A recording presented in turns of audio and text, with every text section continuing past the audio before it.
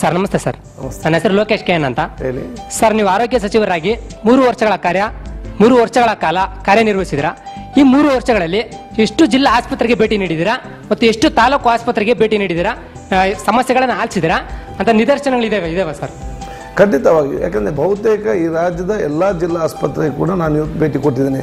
ಗದಗೊಂದು ಜಿಲ್ಲಾ medical college ಆಸ್ಪತ್ರೆ ಕಾರಣ ಭೇಟಿ ಕೊಡಲಿಲ್ಲ. ಮತ್ತು ಈ ಜಿಲ್ಲಾ ಆಸ್ಪತ್ರೆಗೆ ಭೇಟಿ ಕೊಡೋ ಸಂದರ್ಭದಲ್ಲಿ ಕೆಲವೊಂದು ತಾಲೂಕು ಮಟ್ಟದ ಆಸ್ಪತ್ರೆಗೂ ಭೇಟಿ ಕೊಟ್ಟಿದ್ದೇನೆ, ಕೆಲವೊಂದು PSC ಕೂಡ ಭೇಟಿ ಕೊಟ್ಟಿದ್ದೇನೆ, ಕೆಲವೊಂದು ANM ಸೆಂಟ್ರಿಗೆ ಕೂಡ ಇವತ್ತು ಅಲ್ಲಿಗಲ್ಲಿರುವಂಥ ANM ಸೆಂಟ್ರ್ ಕೂಡ ಭೇಟಿ ಕೊಟ್ಟು, ಯಾಕೆಂದರೆ ಅಲ್ಲಿರುವಂಥ ಏನು ಸಮಸ್ಯೆಗಳನ್ನು ಅರ್ಥ ಮಾಡಿಕೊಳ್ಳಲು ಇವತ್ತು ಅಲ್ಲಿ ಒಂದು ಸಿಸ್ಟಮ್ ಹೇಗೆ ನಡೀತದಂತೆ ನೋಡಿಕೊಂಡು, ಮತ್ತು ಅಲ್ಲಿರುವಂಥ ತಳಮಟ್ಟ ಸಮಸ್ಯೆ ಇವತ್ತು ಒಂದು ಸಮಸ್ಯೆ ಅದು ಅಲ್ಲಿ ಮಾತ್ರ ಅಲ್ಲ, ಅಂಥದ್ದೇ ಸಮಸ್ಯೆ ಬೇರೆ ಕಡೆ ಇರ್ತದೆ. ಸೊ ಬಹುತೇಕ ಎಲ್ಲ ತಾಲೂಕು ಮತ್ತು ಜಿಲ್ಲಾ ಮತ್ತು PSC ಕೂಡ ಭೇಟಿ ಕೊಡೋದು. ಎಷ್ಟು ತಾಲೂಕು ಆಸ್ಪತ್ರೆಗಳಲ್ಲಿ ಭೇಟಿ ನೀಡಿದರೆ ಯಾವ ರೀತಿಯ ಸಮಸ್ಯೆಗಳನ್ನು ಆಲಿಸಿದ್ದಾರೆ ಸರ್? ಇವತ್ತು ಬೇರೆ ಬೇರೆ ರೀತಿಯ ಸಮಸ್ಯೆಗಳು ಜಿಲ್ಲಾ ಮಟ್ಟದ ವ್ಯವಸ್ಥೆಯ ಸಂದರ್ಭದಲ್ಲಿ ಈಗಾಗಲೇ ಇಲ್ಲಿದ್ದಾರೆ. ಕೆಲವು ಜಿಲ್ಲಾ ಆಸ್ಪತ್ರೆ ಇವತ್ತು ಬಹಳಷ್ಟು ಪೇಷಂಟ್ಗಳಿರ್ತಾರೆ, ಸವಲತ್ತುಗಳು ಸ್ವಲ್ಪ ಅಲ್ಲಿ ಕಡಿಮೆ ಆಗಿರ್ತಾರೆ. ಇವತ್ತು ಆ ಸಂದರ್ಭದಲ್ಲಿ ಒತ್ತಡಗಳು ಜಾಸ್ತಿ ಬಂದಾಗ ಇವತ್ತು ಅಲ್ಲಿ ಸರಿಯಾದ ವೈದ್ಯರಿಗೆ ಚಿಕಿತ್ಸೆ ಕೊಡಲಿಕ್ಕೆ ಆ quality of treatment will be less.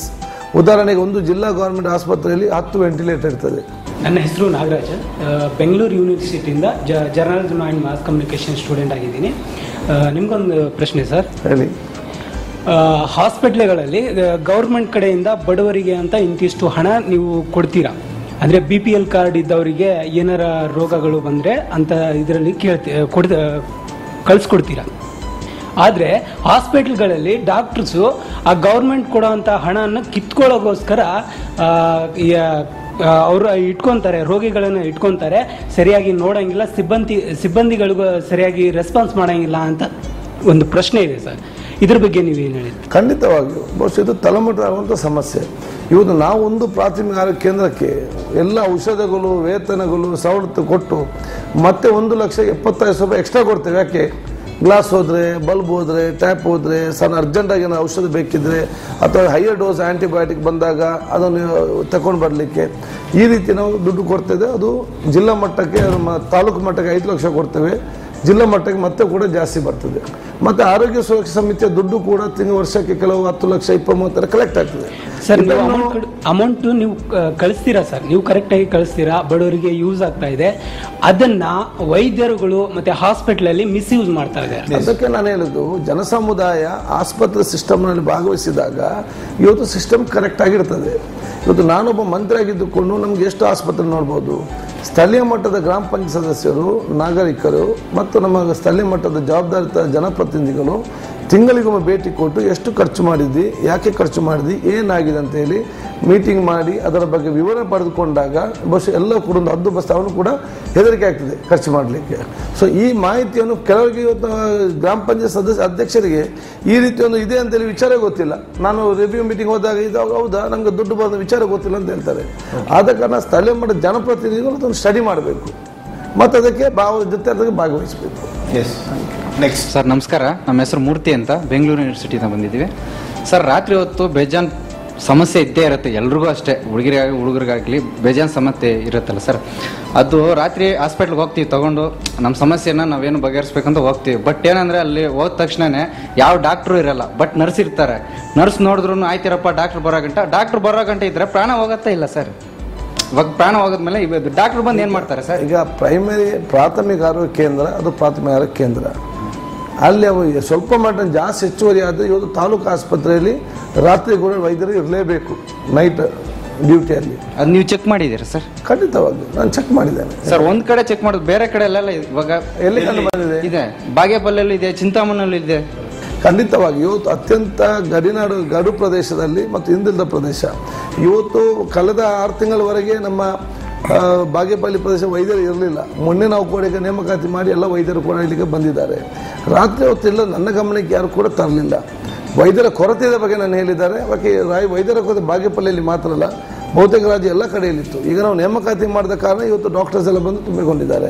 ಇನ್ನೊಂದು ಸರ್, ಇವಾಗ ಹೋಬ್ಳಿ ಲೆವೆಲ್ ನಿಮಗೆ ಬರುತ್ತಲ್ಲ ಸರ್? ಹೌದು, ಹೋಬ್ಳಿ ಲೆವೆಲ್ಲಿ ನಮ್ಗೆ ಇದೆ ಹಾಸ್ಪಿಟ್ಲ್ ಇದೆ. ಹೋಬ್ಳಿ ಲೆವೆಲ್ಲಿ ಡಾಕ್ಟ್ರೇ ಸರಿಯಾಗಿ ಬರಲ್ಲ, ಅದಕ್ಕೆ ನೀವೇನು ಹೇಳ್ತೀರಿ ಸರ್? ಇದು ನೋಡಿ, ಹೋಬ್ಳಿ ಲೆವೆಲ್ ಬಿಟ್ಟು ತಾಲೂಕಲ್ಲೇ ಡಾಕ್ಟರ್ ಇಲ್ಲ, ಜಿಲ್ಲಾ ಮಟ್ಟದ ಇರಲಿಲ್ಲ. ಇವತ್ತು ನಾನೇನು ಮಾಡಿದೆ ಅಂತ ಹೇಳಿದರೆ, ಇವತ್ತು ಎಲ್ಲ ಪ್ರಾಥಮಿಕ ಆರೋಗ್ಯ ಕೇಂದ್ರಕ್ಕೆ ಒಂದು ವೈದ್ಯರು ಕೊಡೋದು, ಪ್ರಾಥಮಿಕ ಆರೋಗ್ಯ ಕೇಂದ್ರ. ಎರಡನೇದು ಎಲ್ಲ ತಾಲೂಕಿನಲ್ಲಿ ಮತ್ತು ಜಿಲ್ಲಾ ಮಟ್ಟ ವೈದ್ಯರು ಹಾಕೋದು. ನೆಕ್ಸ್ಟ್ ನಾವು ಹೋಬಳಿ ಮಟ್ಟಕ್ಕೆ ಹಾಕ್ತೇವೆ. ಯಾಕೆಂತ ಹೇಳಿದರೆ ನಾನು ಇಲ್ಲಿ ತನಕ ಬರುವಾಗ 2 ಡಾಕ್ಟ್ರು ಹೋಬಳಿ ಮಟ್ಟದಲ್ಲಿ, 2 ಡಾಕ್ಟ್ರು ತಾಲೂಕು ಮಟ್ಟದಲ್ಲಿ, ಅಲ್ಲಿಯೂ ಇಲ್ಲ ಇಲ್ಲಿಯೂ ಇಲ್ಲ. ಅದಕ್ಕೆ ನಾನು ಹೇಳಿದೆ ಹೋಬಳಿ ಮಟ್ಟದಲ್ಲಿ ನಮಗೆ ವೈದ್ಯ ಇಲ್ಲದು ಚಿಂತೆ ಇಲ್ಲ, ಯಾಕೆ ನಮಗೆ 108 ಆಂಬ್ಯುಲೆನ್ಸ್ ಇದೆ, ಅರ್ಜೆಂಟಾಗಿ ಒಂದು ತರ್ಬೋದು. ಅಟ್ಲೀಸ್ಟ್ ತಾಲೂಕು ಮಟ್ಟದಲ್ಲಿ ಸಿಸ್ಟಮ್ ಆಗಲಿ. ಆದ ಕಾರಣ ನಾವು ಈ ಸಲ ಏನು ಮಾಡಿದೆವು, ಹೋಬಳಿ ಮಟ್ಟದ ವೈದ್ಯರನ್ನ ಕಡಿಮೆ ಕಳಿಸಿ ತಾಲೂಕು ಮಟ್ಟದ ಸಿಸ್ಟಮ್ ಕರೆಕ್ಟ್ ಮಾಡಿ ನೆಕ್ಸ್ಟ್ ನಾವು ನೇಮಕಾತಿ ಆಗುವಾಗ ಈ ಹೋಬಳಿ ಮಟ್ಟದ ವೈದ್ಯರನ್ನ ನಾವು. ಸರ್, ಇವಾಗ ಸರ್ಕಾರ ಮಟ್ಟ ಯಾವ ಥರ ಆಗಿದೆ ಅಂದರೆ, ಇವಾಗ ನಮ್ಗೆ ಜ್ವರ ಬಂದಿರತ್ತೆ, ಅಕಸ್ಮಾತ್ ನಾವು ಹೋಗ್ತೀವಿ ಗೌರ್ಮೆಂಟ್ ಹಾಸ್ಪಿಟ್ಲಿಗೆ ಹೋಗ್ತೀವಿ, ಒಂದು ಇಂಜೆಕ್ಷನ್ ಟ್ಯಾಬ್ಲೆಟ್ ಕೊಟ್ಟು ಕಳಿಸ್ತಾರೆ, ಬಟ್ ಅದಕ್ಕೆ ವಾಸಿ ಆಗಲ್ಲ ಸರ್. ಅವ್ರು ಹುಡ್ಕೊಳ್ಳೋಗೋದು ಖಾಸಗಿಗೆ ಹೋಗ್ಲೇಬೇಕು ಅಂತ ಸಮಸ್ಯೆ ಬಂದಿದೆ. ಸರ್ಕಾರದವ್ರು ಏನು ಅಷ್ಟೊಂದು ನೋಡ್ತಾ ಇಲ್ಲ. ತೋರಿಸಿದ್ದೀರಾ ಸರ್ಕಾರಿ ಆಸ್ಪತ್ರೆಯಲ್ಲಿ? ಸರ್ ತೋರಿಸಿದೀವಿ ಸರ್. ಒಂದು ಮಾತ್ರ 2 ಇಂಜೆಕ್ಷನ್ ಆಗ್ಲಿಲ್ವಾ ನಿಮ್ಗೆ ಔಷಧಿ? ನಮಸ್ಕಾರ, ನಾನು ಕೃಷ್ಣಪ್ಪ ಅಂತ ಬೆಂಗಳೂರಿಂದ ಬಂದಿದ್ದೀನಿ. ನಮಸ್ಕಾರ ಸರ್, ನಮ್ಮ ಬೆಂಗಳೂರಲ್ಲಿ ಒಳ್ಳೊಳ್ಳೆ ಹಾಸ್ಪಿಟ್ಲ್ಗಳಿದೆ. ವಿಕ್ಟೋರಿಯಾ ಹಾಸ್ಪಿಟ್ಲ್ ಇದೆ, ಇಂದಿರಾ ಗಾಂಧಿ ಹಾಸ್ಪಿಟ್ಲ್ ಇದೆ, ಕಿದ್ವಾ ಇದೆ. ಈ ರೀತಿ ಅಲ್ಲಿ ಒಳ್ಳೆ ಉತ್ತಮ ಸೌಲಭ್ಯ ಇದೆ. ಇದಕ್ಕೋಸ್ಕರ ನಮ್ಮ ಬೆಂಗಳೂರಲ್ಲದೆ ರಾಜ್ಯದ ನಾನಾ ಕಡೆಯಿಂದ ಹಾಸ್ಪಿಟ್ಲಿಗೆ ಬಡವರೇ ಬರೋದು. ಅಲ್ಲಿ ನೋಡಿದ್ರೆ ಸರಿಯಾಗಿ ಬೆಡ್ಗಳೆಲ್ಲ ಹೊರಗಡೆ ಮಲಗಿರ್ತಾರೆ. ಅದಕ್ಕೋಸ್ಕರ ಜಿಲ್ಲಾ ಆಸ್ಪತ್ರೆ ಅಥವಾ ಇನ್ನೇನಿದೆ ಅಲ್ಲಿ ಉತ್ತಮ ದರ್ಜೆಗೇರಿಸಿ ಇಲ್ಲಿ ಬಡವರು ಬರೋದನ್ನ ಸ್ವಲ್ಪ ಕಡಿಮೆ ಮಾಡಿದ್ರೆ ಪಾಪ ಅವ್ರು ನೋಡಿದ್ರೆ ಬೇಜಾರಾಗುತ್ತೆ. ಹಂಗೆ ಅಷ್ಟು ಕಷ್ಟಪಟ್ಟು ಬರ್ತಾ ಇರ್ತಾರೆ.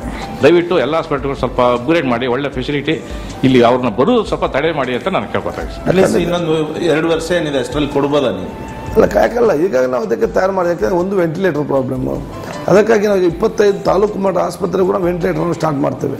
ಬೆಂಗಳೂರಿನಲ್ಲಿ ನಮ್ಮ ಸರ್ಕಾರ ವೆಂಟಿಲೇಟರ್ ಇವತ್ತು ನಿಮ್ಯಾನ್ಸಲ್ಲಿ 40 ಬೆಡ್ ಇದೆ, ಇಂದಿರಾ ಗಾಂಧಿಯಲ್ಲಿ 30 ಇದೆ. ಅಲ್ಲಿ 60 ಜನ ಬರ್ತಾರೆ. ಈಗ 30 ಇದ್ದು 31ನೇ ಒಬ್ಬ ಬಂದಾಗ ಒಬ್ಬನನ್ನು ಆಫ್ ಮಾಡ್ಲಿಕ್ಕೆ ಗೊತ್ತಿಲ್ಲ. ಯಾಕೆ ಅವನು ಸಾಯ್ತಾನೆ ಇಲ್ಲಿ. ಸೊ ಒಬ್ಬನ ಕೊಂದು ಇನ್ನೊಬ್ಬನನ್ನು ನಿಲ್ಲಿಸಲಿಕ್ಕೆ ಇವತ್ತು ಆಗುದಿಲ್ಲ. ಆದ ಕಾರಣ ಇಲ್ಲಿ ವೆಂಟಿಲೇಟರ್ ಫುಲ್ ಅಂತ ಹೇಳ್ತಾರೆ. ಇವನ್ ಹೋಗಿ ಏನು ಹೇಳ್ತಾನೆ, ನನಗಲ್ಲಿ ಏನೂ ಸವಲತ್ತು ಇಲ್ಲ ಹಾಗೀಗ ಅಂತೇಳಿ. ಎರಡನೇದು, ಅದಕ್ಕಾಗಿ ನಾವು ಇವತ್ತು ಅವ್ರ ಯಲಹಂಕ ಮತ್ತೆ ನಮ್ಮ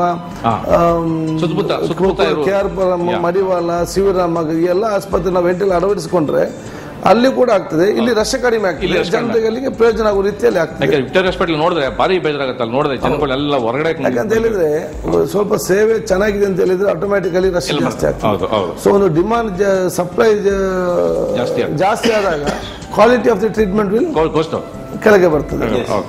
ನಮಸ್ಕಾರ ಸರ್. ನಮಸ್ತೆ. ನಾನು ಬ್ಯಾಂಗ್ಳೂರಿಂದ ಸಿಮ್ರಾನ್ ಅಂತ.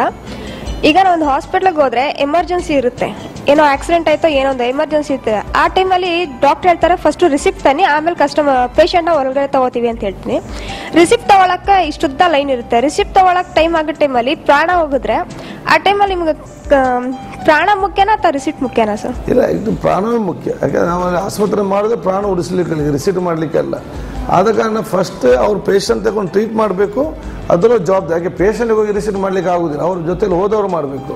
ಒಮ್ಮೆ ಕ್ಯಾಶುಯಾಲಿಟಿಗೆ ಮುಟ್ಟಿಸಿದ ನಂತರವೇ ಅಲ್ಲಿ ರಿಸಿಪ್ಟ್ ಮಾಡ್ಲಿಕ್ಕೆ ಇರುವಂತ ಒಂದು ವಿಚಾರ ಇರುವಂತದ್ದು. ರಿಸಿಪ್ಟ್ ತರಗಂಟ ಪೇಷಂಟ್ ಒಳಗಡೆ ತಗೊಳ್ಳಲ್ಲ, ಅಲ್ಲಿ ಪ್ರಾಣ ಹೊರಟೋದ್ರೆ ಅಂತ ಯಾವ್ದು ಆಸ್ಪತ್ರೆ ಅಂತ ಹೇಳಿ ಅದನ್ನು ರೆಕ್ಟಿಫೈ ಮಾಡ್ತೇನೆ. ಸರ್, ಏನಾಗ್ತಾ ಇದೆ ಅಂದ್ರೆ ಅಲ್ಲಿ ರೆಸಿಪ್ಟ್ ತಗೊಳ್ಳೋಷ್ಟ್ರಲ್ಲಿ ಇವ್ರು ಇನ್ನೊಂದ್ ಕಡೆ ರೆಸಿಪ್ಟ್ ತಗೊಂಡ್ಬಿಟ್ಟು ಆ ಪರಿಸ್ಥಿತಿ ಆಗ್ತಾ ಇದೆ. ಅದ್ರ ಬಗ್ಗೆ ಒಂದು ಕಾನೂನು ಯಾಕೆ ಮಾಡಕ್ಕಾಗಲ್ಲ? ಕಾನೂನು ಇದೆ. ಫಸ್ಟ್ ನೋಡಿ, ಎಮರ್ಜೆನ್ಸಿ ಮತ್ತು ಕ್ಯಾಶುಯಾಲಿಟಿ ಅರ್ಥ ಏನು?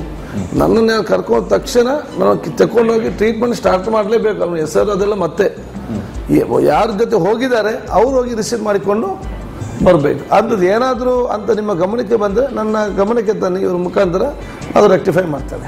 ಸರ್, ನಾನು ನೋಡ್ದಂಗೆ ನನಗೆ ಹುಷಾರಿಲ್ಲ ಅನ್ಸತ್ತೆ. ನಾನು ಹಾಸ್ಪಿಟ್ಲಿಗೆ ಹೋಗಿದ್ದೆ, ನಿಂತ್ಕೊಳಕ್ ಆಗ್ತಿಲ್ಲ ನನ್ನ ಕೈಲಿ. ಆ ಟೈಮಲ್ಲಿ ಲೈನಲ್ಲಿ ನಿಂತಿದ್ದೀನಿ, ಡಾಕ್ಟರ್ ಎಲ್ಲರೂ ಮಾತಾಡ್ಕೊಂಡು ಕೂತಿದ್ದಾರೆ, ಪೇಷಂಟ್ಗೆ ನೋಡ್ತಿಲ್ಲ. ಅವ್ರು ಜೋರು ಮಾಡಬೇಕಿತ್ತು.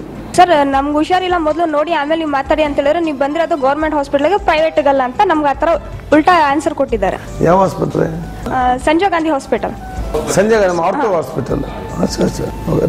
ನಾನು ಮಾತಾಡ್ತೇನೆ ಡೈರೆಕ್ಟ್. ಸರ್, ಡಾಕ್ಟರ್ಗಳಿಗೆ ಲೈಕ್ ಬಯೋಮೆಟ್ರಿಕ್ ಅಂತ ಲೈಕ್ ಡ್ಯೂಟಿಗೆ ಬರೋದು ಮತ್ತು ಹೋಗೋದು, ಹೊರಗಡೆ ಹೋಗೋದು, ಅದು ವ್ಯವಸ್ಥೆ ಹೇಗೆ ಮಾಡಬಾರ್ದು ಸರ್? ಈಗಾಗಲೇ ಮಾಡಬೇಕು, ನಾವು ಹೇಳಿದ್ದೇವೆ. ಭಾಳಷ್ಟು ಆಸ್ಪತ್ರೆ ಈಗಾಗಲೇ ಮಾಡಿದ್ದಾರೆ. ಬಯೋಮೆಟ್ರಿಕ್ ಮಾಡಿದ್ರು ಕೂಡ ಅದರ ಲೂಪೋಲ್ಸ್ ತಗೊಂಡು ಕೂಡ ಇವತ್ತು ನಮಗೆ ಅದು ಮಿಸ್ಯೂಸ್ ಆಗೋದು ಕೂಡ ನಮ್ಮ ಇವತ್ತು ಗಮನಕ್ಕೆ ಇವತ್ತು ಬಂದಿದೆ. ಯಾಕಂದರೆ ಅದಕ್ಕೆ ನಾವು ಈಗ ಸೈನ್ 2 ಅಲ್ಲ, ಒಮ್ಮೆ ಬೆಳಿಗ್ಗೆ ಸೈನ್ ಆಗಬೇಕು, ಮಧ್ಯಾಹ್ನ ಸೈನ್ ಆಗಬೇಕು, ಮತ್ತು 3 ಸಾರಿ ಸೈನ್ ಆಗಲಿಕ್ಕೆ ನಾವು ಇವತ್ತು ಹೇಳಿದ್ದೇವೆ. ಅದನ್ನು ಲೈಕ್ ಕಂಟ್ರೋಲ್ ಅಥವಾ ಲೈಕ್ ಡೇಟಾನ ಯಾರಾದರೂ ಕಂಟ್ರೋಲ್ ಮಾಡಿ ಆ ಥರ ಆಕ್ಸೆಸ್ ಮಾಡ್ತಾ ಇದ್ದಾರೆ ಸರ್? ಅಲ್ಲ, ಒಂದೊಂದು ಆಸ್ಪತ್ರೆ ಒಂದು AM ಅಂತ ಇದ್ದಾರೆ, ಅಡ್ಮಿನಿಸ್ಟ್ರೇಟಿವ್ ಮೆಡಿಕಲ್ ಆಫೀಸರ್ ಅಂತೇಳಿ, ಒಂದು ತಾಲೂಕು ಹಾಸ್ಪಿಟಲ್ಗೆ. ಅವನೇ ಈಗ ಅದನ್ನು ನೋಡಿಕೊಂಡು ವಿಚಾರ ಫಸ್ಟ್ ಅವನು ಸರ್ ಇರಬೇಕಲ್ಲ ಇಲ್ಲಿ. ಇದೇನೇ ಒಬ್ಬರಿಗೊಬ್ಬರು ನೆಟ್ವರ್ಕ್ ಮಾಡಿಕೊಂಡು ಇವನ ತಪ್ಪನ್ನು ಇವರು ಸರಿಪಡಿಸಿಕೊಳ್ಳೋದು, ಇವರ ತಪ್ಪನ್ನು ಇವರು ಸರಿಪಡಿಸಿಕೊಳ್ಳೋದು, ಇವರ ರಜೆ ಹಾಕಿದೆ ಅವನ ಅಟೆಂಡೆನ್ಸ್ ಆಗೋದು, ಇದೆಲ್ಲವೂ ಕೂಡ ನಾವು ಗಮನಕ್ಕೆ ಬಂದಿದೆ. ಏನಿದ್ರು ಕೂಡ ಇಂಥ ಸಿಸ್ಟಮ್ನಲ್ಲಿ ಅವರವರ ವ್ಯಕ್ತಿತ್ವದ ಬದಲಾವಣೆ ತಂದರೆ ಮಾತ್ರ ಸಿಸ್ಟಮ್ ಬದಲಾವಣೆ ಇವತ್ತು ಸಾಧ್ಯವಾಗ್ತದೆ.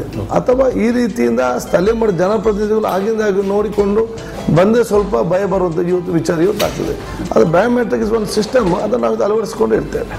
ಎಸ್, ಇದು ಒಟ್ಟಾರೆ UT ಖಾದರ್ ಅವರು ನಮ್ಮ ವಿಚಾರಣೆಯನ್ನ ಎದುರಿಸಿದಂತ ರೀತಿ ಸಾಕಷ್ಟು ಜನತೆ ಕೂಡ ಆರೋಗ್ಯ ಇಲಾಖೆ ಬಗ್ಗೆ ತಮಗೆ ಆದಂತ ಅನುಭವಗಳನ್ನ ಜೊತೆಗೆ ಸಮಸ್ಯೆಗಳನ್ನು ಕೂಡ UT ಖಾದರ್ ಅವರನ್ನ ಪ್ರಶ್ನೆಗಳ ಮುಖಾಂತರ ಕೇಳಿದ್ರು. ಸಾಕಷ್ಟು ಪೇಷನ್ಸ್ ಆಗಿ ಉತ್ತರವನ್ನು ಕೂಡ UT ಖಾದರ್ ಅವರು ಕೊಟ್ಟಿದ್ದಾರೆ. ಈಗ UT ಖಾದರ್ ಅವರು ವಿಚಾರಣೆಯನ್ನ ಎದುರಿಸಿದಂತ ರೀತಿ, ಅವರ ಮೇಲೆ ನಾವು ಮಾಡಿದಂತ ಆರೋಪಗಳಿಗೂ ಕೂಡ ಉತ್ತರ ಕೊಟ್ಟಿದ್ದಾರೆ. ಒಟ್ಟಾರೆ ಇವತ್ತಿನ ಒಂದು ಅದಾಲತ್ನಲ್ಲಿ UT ಖಾದರ್ ಅವರು ಕೊಟ್ಟಂತ ಉತ್ತರಗಳಿಗೆ ನ್ಯಾಯಾಧೀಶರು ಏನ್ ಹೇಳ್ತಾರೆ, ತೀರ್ಪನ್ನು ಏನ್ ಕೊಡ್ತಾರೆ ಅನ್ನೋದನ್ನ ಕೂಡ ನೋಡೋಣ. ಅದಕ್ಕೂ ಮುಂಚೆ ಒಂದು ಸಣ್ಣ ಬ್ರೇಕ್.